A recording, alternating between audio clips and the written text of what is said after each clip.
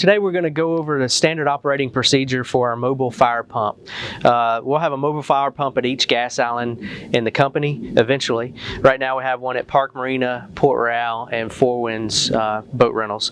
It will be the location manager and department manager's responsibility to make sure the fire pump is accessible 24 hours a day, 7 days a week. So you want to keep it in a place that is not locked or it's under a combination lock so that any person can get to it. It's also going to be the manager's responsibility to make sure everyone in the company is trained on how to properly use it and store the fire pump. Today we'll go over the different attachments to the fire pump, how to connect them to the pump, and how to get the pump started and use it properly.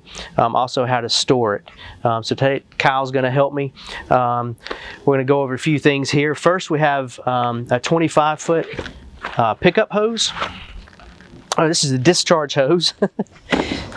Okay, and it's going to go on the connector. I'm going to let you do that, Kyle, like that. Okay. You also have what you call a spanner tool that comes with the kit in case you have to use that to loosen up. Sometimes they get tight. You can use that for this cap, or you can also tighten these up with it as well. Okay. That should be, as you can see, we have it stored on a lanyard so that it stays with the mobile pump at all times. All right. You're also going to have a 50-foot hose in each caddy kit. So, you know, depending on where the fire is and your accessibility to it, you might need to switch the hose out. Okay. Right here you have the suction hose. Hand that to Kyle. You're going to connect that on the front of the pump.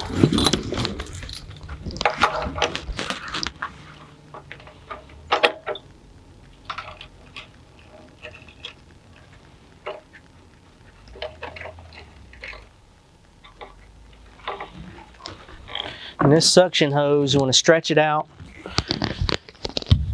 throw that into the lake.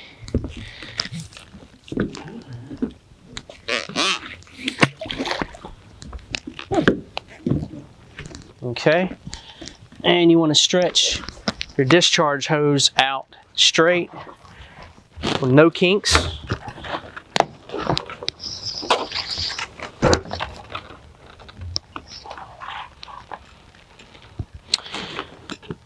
And here you have your what you call a spray monitor. This will go on the end of the discharge hose.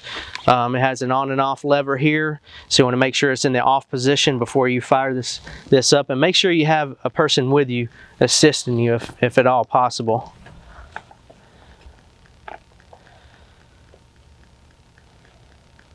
Okay. Now once you get everything connected, you have to fill the reservoir up to make sure you prime the pump first. You always want to keep a water jug, full water jug, with the mobile pump if you can. If not, have a 5-gallon bucket that you can throw over the side of the dock into the lake to pull water out so you can fill the pump. Because a lot of times you're not going to have a water source available to you in a situation where you need it. All right. Remember, you still have the spanner wrench. If this is too tight to pull off, you use that. And you just want to fill, I think it was about half a gallon. Okay, fill that to the top. It's going to gurgle a little bit. It's more than half a gallon, it's a full gallon.